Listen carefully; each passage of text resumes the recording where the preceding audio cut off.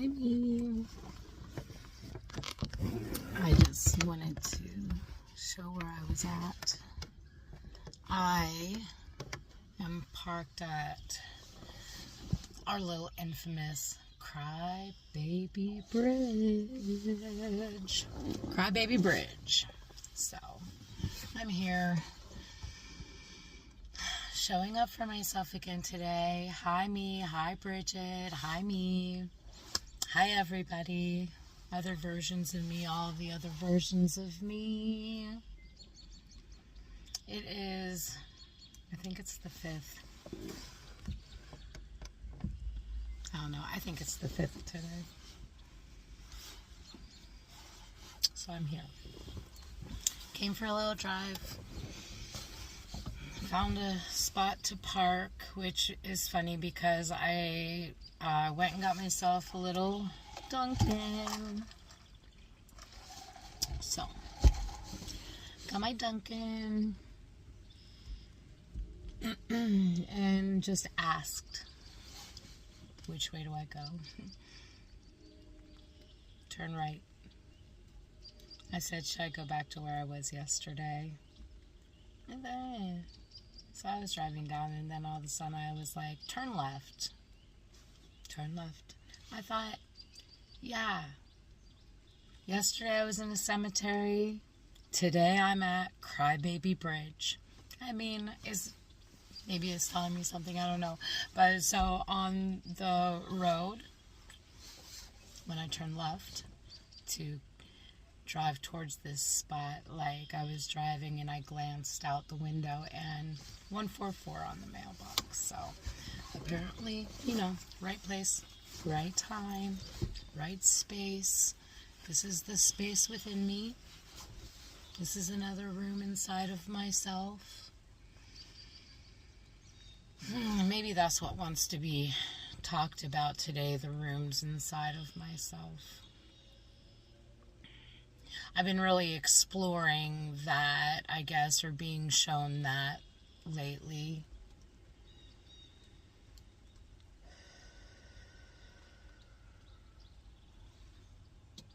The spaces inside of myself, my capacity, to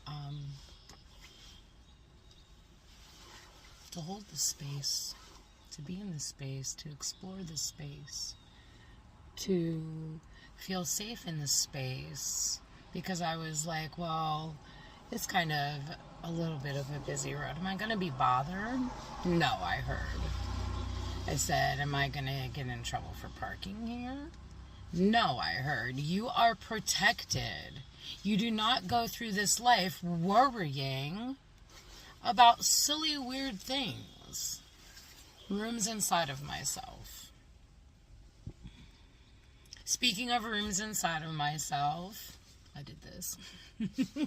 Speaking of rooms inside of myself, guess what I did today? I went to the gym. I told you, I signed up to go to Planet Fitness a couple of days ago. So today was the day that I went. I need to raise my steering wheel and get it out of my way. I need to get comfortable. So I drove to the gym today. And this is how ridiculous I am, but maybe this connects. I don't know. But this is me. This is my life. Okay, so I am. The gym is very close to my house. I could walk there, but it's raining today, so I drove.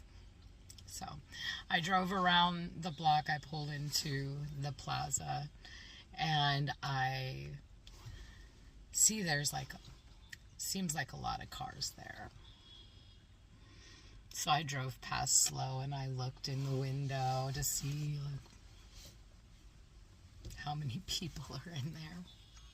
So then I'm like, okay, breathe. I pull around to find a parking spot, and I didn't really see a parking spot. So then I get in my head and I'm like, well, I'll just come back later. So I drove down the plaza and I said, Bridget, I said, turn around, go back. You're going to the gym. And so I turned and I circled around the parking lot and I went back by, and I slowed down and I went back by, and I was like, I don't know. I don't know. So I drove past it again. So then it's even worse. I was like, stop it and turn around. And so I was like, oh my God. So I turned around, and this time I parked. And I looked at the door. This person walked in. That person walked in. Well, my sister said that she was going to go to the gym later tonight. So maybe I'll just wait. Maybe I'll go with her. So I don't want to go alone. And that's how I was feeling. I didn't want to go in there alone. I don't know what I'm doing. You know, I don't want to look stupid. So I pulled out,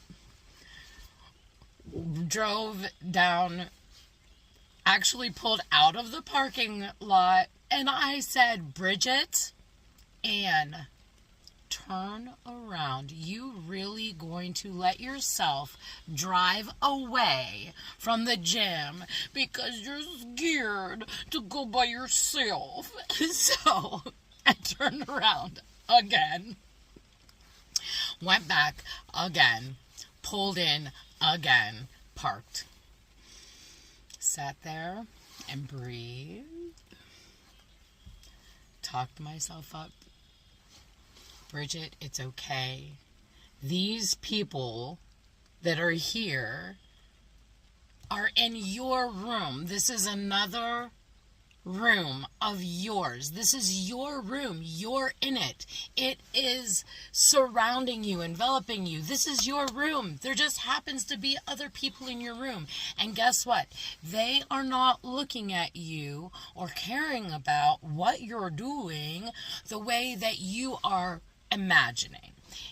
They don't care. They're doing their own thing. You know, this is me psyching myself up, talking myself into it. So I was like, yeah, you're right. All I got to do is put one foot inside the door. That's it. And look at what I'm doing. That's it. And so I did it. I walked in, boop, boop, boop, logged in on their little bebop machine, and I went over to the stairs, and then circled the room, looked around, tried out new stuff, and it felt good. And I was so happy at that moment when I was in that room, in the middle of that room, owning that room, holding the space in that room for myself to be who I am in that space, and taking that space in fully, engaging with it, being a part of it, it being a part of me, exploring it. It felt good. But this is what I mean about, you know, the spaces showing me that I am always, and this is something that has been playing in my mind and in my thoughts and in my being for probably a year, playing around with that concept of I am always the center of anywhere I am. I am the center of the room. I am the center of my universe. I am always in the center. It does revolve around me. Gosh darn it. Yes, it does. Literally, this is what I'm seeing. Literally, the world revolves around me. It is my room. I am the only one in this room all of the time. It's mine. It's mine to play with. It's mine not to be afraid in. But that's okay to be afraid, because I've been afraid. And then I look at it. I've always looked at it. I always looked at it, and then I dove deeper into it. I saw a ghost when I was 6 years old. Ever since then, you know, you just know what's something else. What was that? You know? Man walking down the stairs. Ooh-wee, girl. Scared my little 6-year-old butt half to death in my room. So it's okay to be afraid in your room. It's okay to be scared in your room. Because once you notice that that is what's happening, then you can say, okay, now what? And now I'm doing it knowingly. I was doing it before automatically without knowing what I was doing, and kind of just being drugged through it. Thank God. You know, but now I get to like see it and play with it more and experience these rooms of mine. Why is one of my rooms called Crybaby Bridge? You know, but I'm so intrigued, and I love exploring it, and I love seeing why it's there. Another thing God's making me think of, or have it, that popped into my little about my room and my spaces. I told you before, you know, there are people that rely on me, and one of which, and I'm happy, you know, my parents' water heater exploded in their basement and flooded the whole thing. So, you know, I'm the one who goes and fixes it, which I'm happy that they call me. This is like one of my things of my heart. I love that my parents know that they can call me, because I used to call them all of the time, and I still do. So I like that they can call me. So anyway, I am in this basement, flooded. All of their things are gross, soggy, gross. Some things, of course, down there, there's like, it's just soggy, gross junk. Ugh. Gross. A mess. Big mess.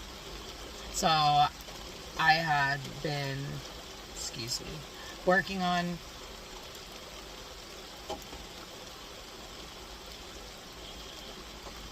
cleaning everything, you know, and it's exhausting. And it's a lot of weight to know that my parents' well-being is, well, they're relying on me, you know, and I want them to be safe and happy. So I'm down there trudging away, cleaning this basement, mask on, head, you know, covered up, cobwebs. I had like a broom, it looked like cotton candy. It was all cobwebs. It's so gross. But anyway, so trudging away, being dirty, cleaning the basement. And I'm sweeping piles of dust and debris and things up off the floor. And I've like swept up probably 30 piles, bent down, dust, sneezing, eyes watering, can't breathe, you know, back hurting, everything, you know, when you're up and down and all over and you can't breathe. But trudging away. You know, so I got to like my 32nd pile, and I look down, and there is a clear disposable glove laying on the floor, and it was in the form of a peace sign on the floor. And not only that, which that's what caught my eye, okay, is in a piece. And that was like, showing me no matter what room I am in, whatever I am doing, God is doing. God is doing this. He is, I say he, but the isness that is, the God, it is, I am this, a part of this. It is enveloping me. I am in the womb. And looking closer at that, and I took a picture of it actually, and I sent it to my brother, and I was talking to him about how, like serendipitous, and how it made me feel that, I really felt good about finding, even in this grimy, dusty, cobwebby, wet, damp basement, God is there. I am being held in my room, doing what I'm doing. God is there. And my brother goes to me when I sent him that picture, he goes, Bridget,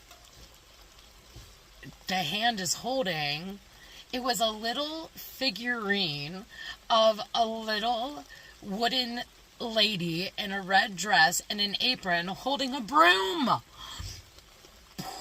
I was like, oh my God, that's me. Like literally the hand of peace is holding a representation of me holding the broom. Now, come on, I got goosebumps everywhere. And that's the truth of it. We are in these rooms, experiencing these rooms within us and within God.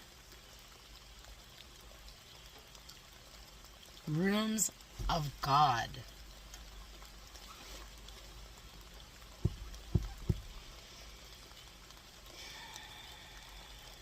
Dang. And the more I am interacting with it and acknowledging the interactions, it's happening more and more and more. I am seeing this building of momentum.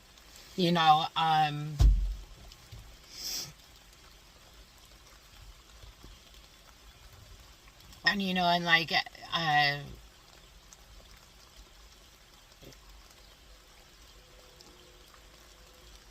and like I've heard, in that point of, things people think when you become awakened or enlightened or whatever, that things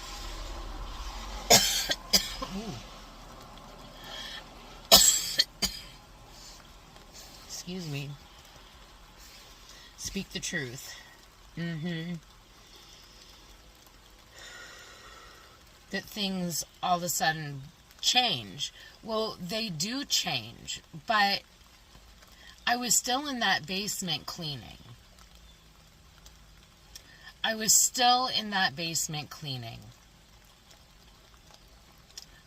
But the changes that I recognize that God is holding me in that basement and helping me clean out this past version of myself, like the whole entire even experience was very therapeutic for me to be down there in my parents' house, the house that I grew up in, and things at this point in life are starting to need repairs. And so I've been over there doing repairs on their house. I change out the toilet ring, the wax ring, and then, it's been like one thing after another, my poor parents, but then also like the weight of everything too, but also seeing the beauty in like the literal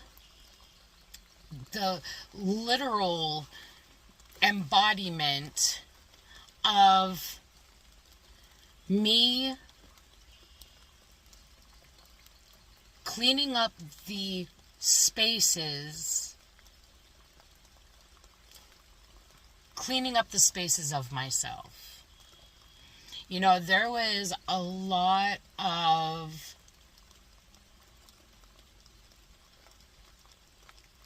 stagnant old energy from my past and that house and what it represents and all of the things. So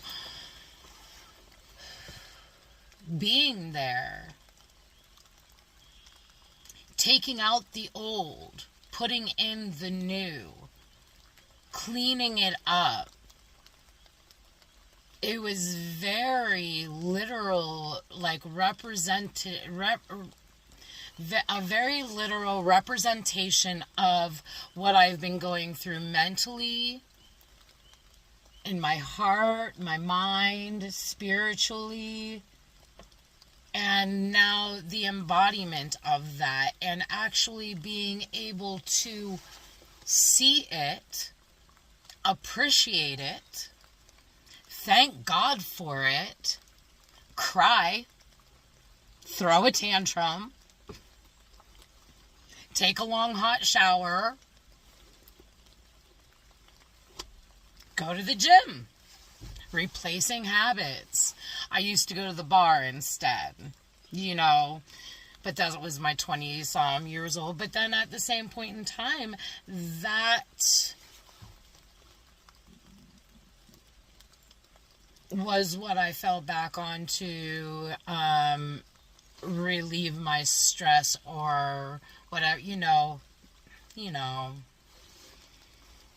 and I showed up in that way for myself then. That's what I said before.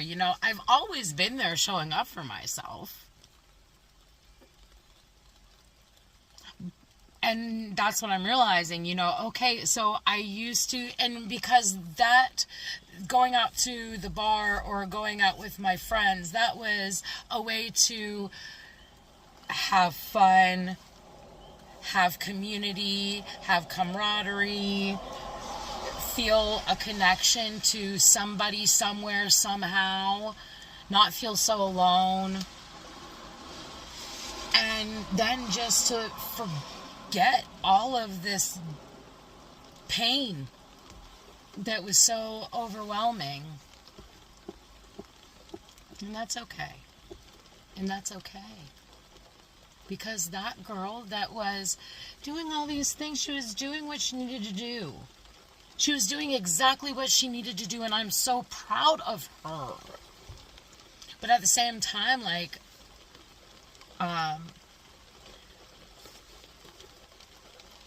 that was my fallback, if I was having a hard time, well, I'll just go get a 6-pack or something, and sit and chill and have a fire and forget about it and go to sleep.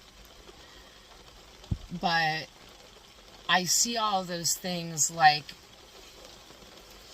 know I'm playing with my hair a lot. I can't, bleh. Anyway.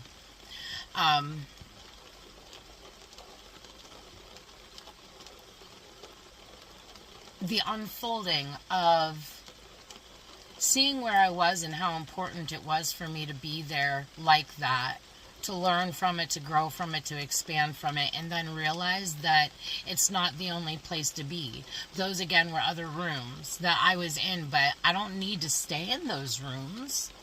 I don't need to stay in those rooms. I can go to any room I want. I can make up any room that I want. I can be fully in any space within me. It doesn't matter what it looks like out here. Because it's mine, it's all mine. And I love that.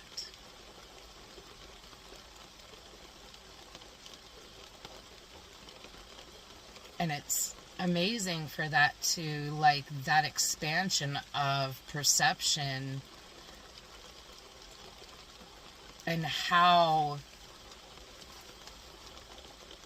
every day it is, but yet how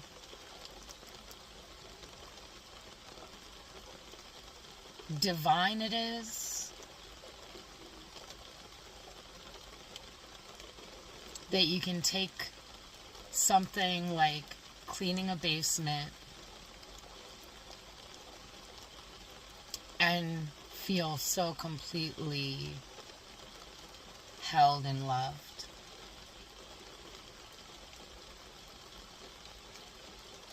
So that was a lot.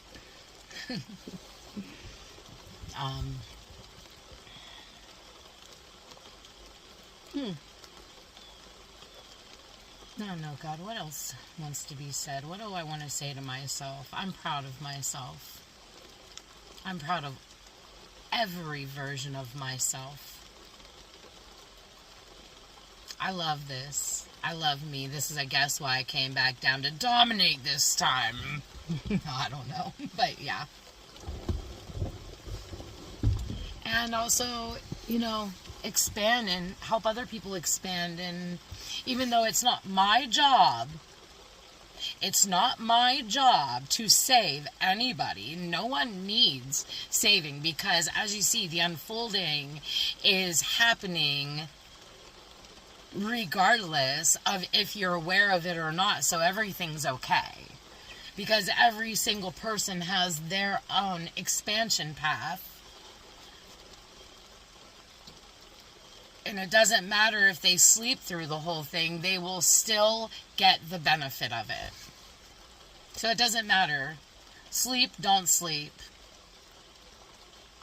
Explore, don't explore.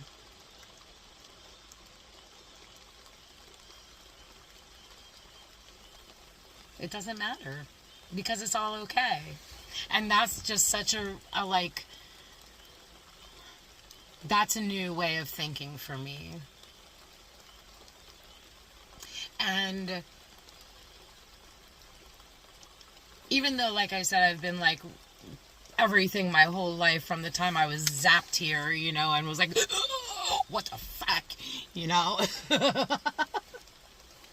until now, it's all been exactly, precisely divine timing. And I am witnessing it. I designed it, and I get to witness my design at the same time. And I'm cool. I know, if you have to tell people you're cool, you might not be cool, but I don't care. I'm cool to me. So, yeah, what was I saying on that then? I don't know. I lost it. I'm in love. I'm falling in love. I'm falling in love for the first time, I think, in my entire life. With myself. And with all of this. And I think at this point, like, if I'm already seeing